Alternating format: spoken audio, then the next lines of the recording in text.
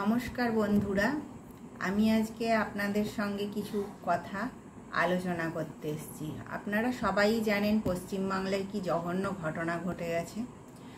আমাদের এই পশ্চিমবাংলায় যে জঘন্য ঘটনা ঘটে গেছে সেটা চিন্তা করলেও আমাদের ঘেন্না হয় দোষীদের ওপর।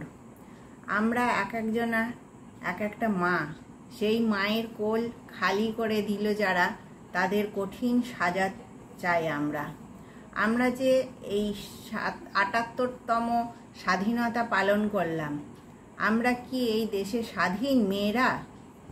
এটা আমার বড় প্রশ্ন। আমরা মেয়েরা লড়ব, আর এই লড়াই কবে শেষ হবে সেটা আমরা দেখতে চাই। পরিবারের পাশে আমরা সবাই আছি, আর দোষীদের আমরা কঠিন থেকে কঠিন বিচার চাই। এই বলে আজকে আমি আমার ভিডিওটা এখানেই শেষ করছি। আবার নেক্সট ভিডিওতে আপনাদের সঙ্গে আসব।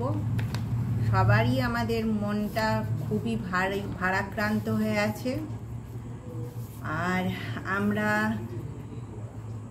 নিজেদের ঘরে যে মেয়ে আছে তাদেরকে কিভাবে বাইরে ছাড়বো কি না, সেটাই সব থেকে দুশ্চিন্তার হয়ে উঠেছে।